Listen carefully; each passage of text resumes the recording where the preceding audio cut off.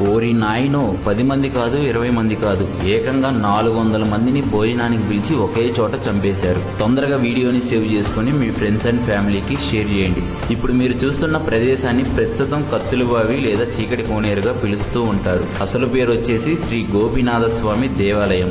విజయనగర రాజులు కొండవీడు రాజ్యాన్ని పరిపాలించే టైంలో ఈ దేవాలయాన్ని నిర్మించారు. అలానే ఈ దేవాలయాన్ని 30 కాళ్ళ మండపం అని కూడా పిలుస్తారు. ఎందుకంటే ఈ దేవాలయంలో మొత్తం 30 స్తంభాలు అయితే మనం చూసుకోవచ్చు. ఇంతకీ లొకేషన్ ఎక్కడనేగా పెరంగిపురం నుంచి జస్ట్ 8 కిలోమీటర్ల దూరంలో ఉన్న కొండవీడు గ్రామంలో ఈ ప్రదేశం ఉంది. ఒక బ్రాహ్మణుని అవమానానికి గురి చేయడం వల్ల శ్రీ గోపీనాథ స్వామి దేవాలయం కత్తులబావిగా మారింది. అసలు కథ ఏంటంటే లక్కమ్మదేవి అలానే కొంతమంది మంత్రులు కలిసి ఈ దేవాలయం లోపల ఎవరికీ తెలియకుండా 70 అడుగుల కత్తులబావిని నిర్మించి ఈ మరణ హోమంలో ప్రధాన పాత్ర పోషించారు. లక్కమ్మదేవికి ఉన్న సొంత పగలు కక్షల వల్ల రాజుకు కూడా తెలియకుండా తనకున్న అందరి శత్రువుల్ని భోజనానికి అవమానించి భోజనం తిన్నాక ఒకరికి తెలియకుండా మరొకరిని బావిలోకి తోసేసి అలా 400 మందిని చంపేశారు. అలానే ఈ కత్తుల బావి ఎదురుగా 45 అడుగుల ఎత్తులో ఏకశిల విజయ స్తూపం కూడా ఉంది.